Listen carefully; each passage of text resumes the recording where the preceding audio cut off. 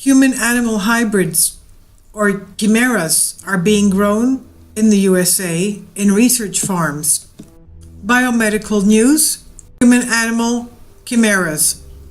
A radical new approach to generating human organs is to grow them inside pigs or sheep. So, braving a funding ban put in place by America's top health agency, some US research centers are moving ahead anyway, with attempts to grow human tissue inside pigs and sheep, with the goal of creating hearts, livers, or other organs needed for transplants. The effort to incubate organs in farm animals is ethically charged because it involves adding human cells to animal embryos in ways that could blur the line between the two species, animals and humans. Last September, in a reversal of earlier policy, the National Institutes of Health announced it would not support studies involving such human-animal chimeras until it had reviewed the scientific and social implications more closely. So the agency declared it was worried about the chance that animals' cognitive state could be altered if they ended up with a human brain cells, that is. The NIH action was triggered after it learned that scientists had begun such experiments with support from other funding sources, including from California State's Stem Cell Agency. The human-animal mixtures are being created by injecting human stem cells into days-old animal embryos, then gestating these in female livestock. Based on interviews with 3 teams, 2 in California and 1 in Minnesota, MIT Technology Reviews estimates that about 20 pregnancies of pig-human or sheep-human chimeras have been established during the last 12 months in the US. Though so far, no scientific paper describing the work has been published, of course, because it's illegal, and none of the animals were brought to term. The extent of the research was disclosed in part during presentations made at the NIH's Maryland campus in November, because the agency requested them to do so. Juan Carlos Ispucio Belmont of the Salk Institute showed the unpublished data on more than a dozen pig embryos containing human cells. Another from the University of Minnesota provided photographs of 62-day-old pig fetuses in which the addition of human cells appeared to have reversed a congenital eye defect. The experiments rely on cutting-edge fusion of technologies, including breakthroughs in stem cell biology and gene editing techniques. These genes are modified, and in this way scientists can now easily change the DNA in pig or sheep embryos so that they are genetically incapable of forming a specific tissue. Then they add the stem cells from a human, hoping that the human cells will take over the job of forming the missing organ, which could then be harvested from the animal for the use in a transplant operation. Daniel Gary, a cardiologist who leads the Chimera project in the University of Minnesota, states, "We can make an animal without a heart. We have engineered pigs that lack skeletal muscles and blood vessels." He also says while such pigs aren't viable, they can develop properly if a few cells are added from a normal pig embryo. Gary says he's already meddling 2 pigs in this way and recently won $1.4 million grant from the US Army, which funds some biomedical research to try to grow human hearts in swine. And of course, we're all wondering why the US Army would fund Gary's research. The specter of an intelligent mouse stuck in a laboratory somewhere screaming, "I want to get out," would be very troubling to some people. Chimeras could prove a new supply of organs for needy patients and also lead to basic discoveries, researchers including Gary stated in his press forward despite the NIH position, which of course calls this illegal.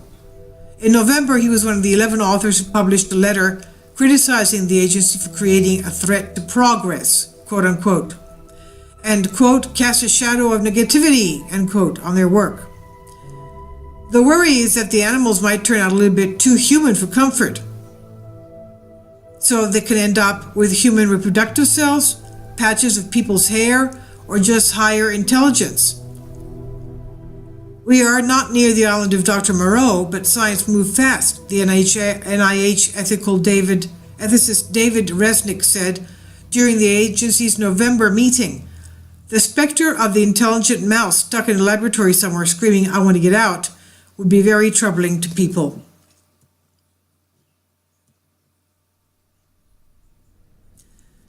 Hiromitsu Nakuchi, a stem cell biologist from Stanford University, tried to make human sheep chimeras this year.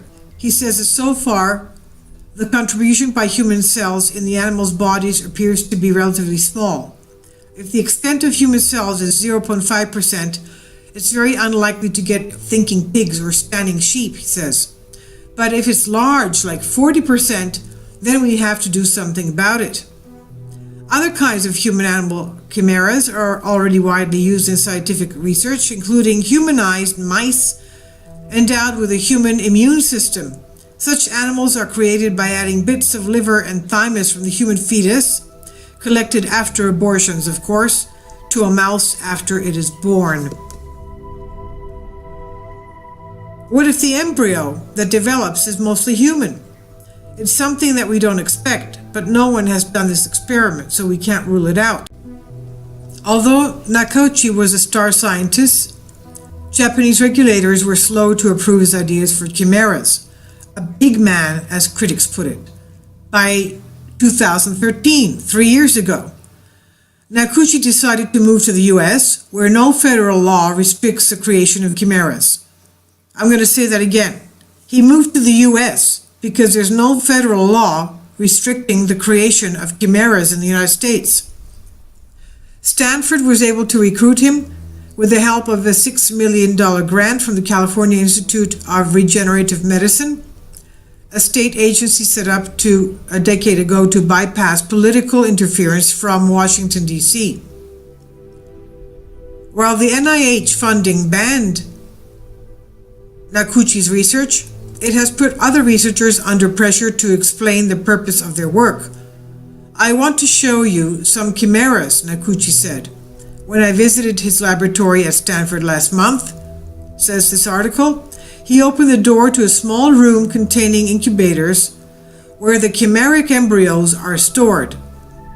Because an early embryo is almost invisible to the human eye, the room houses special microscopes equipped with microneedles used to inject the human cells into them.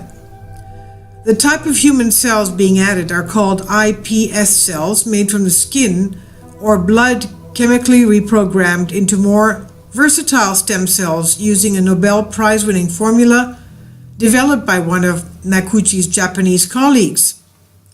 Nakuchi stated that as a matter of convenience, most of the iPS cells his team has been placing into animal embryos are made from his own blood, since recruiting volunteers involved too much paperwork. He says, "We need a special consent if we're injecting into animals. So I try to use my own," he says. The word chimera comes from the creature of Greek myth, part lion, part goat, and part snake. Nakuchi says most people at first imagine his chimeras are monsters too, but he says attitudes change if they can explain his proposal. One reason is that if his iPS cells develop inside an animal, the resulting tissue will actually be his, a kind of perfectly matched replacement part. Desperately ill people on organ waiting lists might someday order a chimera and wait less than a year for their own custom organ to be ready. "I really don't see much risk to society," he says. But before that happens, scientists will have to prove that human cells can really multiply and contribute effectively to bodies of farm animals. that could be challenged since, unlike rats and mice, which are fairly close genetically, humans and pigs last shared an ancestor nearly 90 million years ago, they state. To find out, researchers in 2014 decided to begin impregnating farm animals with human animal embryos, says Pablo Ross, a veterinarian and developmental biologist at the University of California, Davis, where some of the animals are being housed. Ross says at Davis, he has transferred about 6 sets of pig-human embryos into sows in collaboration with the Salk Institute and established another 8 to 10 pregnancies of sheep-human embryos with Noguchi. Another 36 pig transfers have taken place outside the US, he says. The early efforts aren't yet to make organs, says Ross, but more to determine the ideal conditions for generating human-animal chimeras. The studies at Davis began only after a review by 3 different ethics committees. And even then, the university decided to be cautious and limit the time the animals will be allowed to develop to just 28 days. A pig is born in 114 days. By then, the embryonic pig is only half an inch long, though that's developed enough to check if human cells are contributing to its rudimentary organs.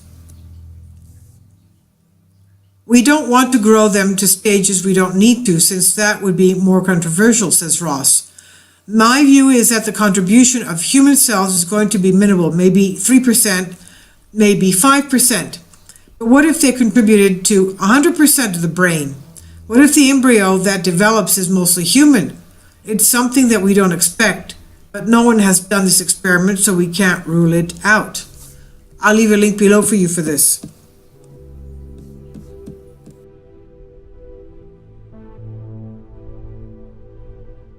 Studies involving such human-animal chimeras until it had reviewed the scientific and social implications more closely.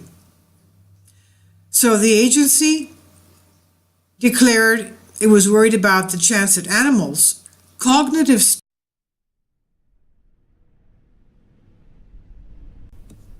human-animal hybrids, or chimeras, are being grown in the USA in research farms. Biomedical news, human-animal chimeras. With attempts to grow human tissue inside pigs and sheep, with the goal of creating hearts, livers, or other organs needed for transplants.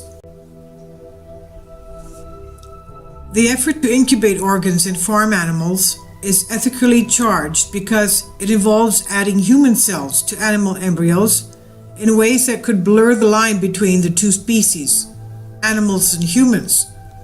Last September, in a reversal of earlier policy, the National Institutes of Health announced it would not support a radical new approach to generating human organs is to grow them inside pigs or sheep.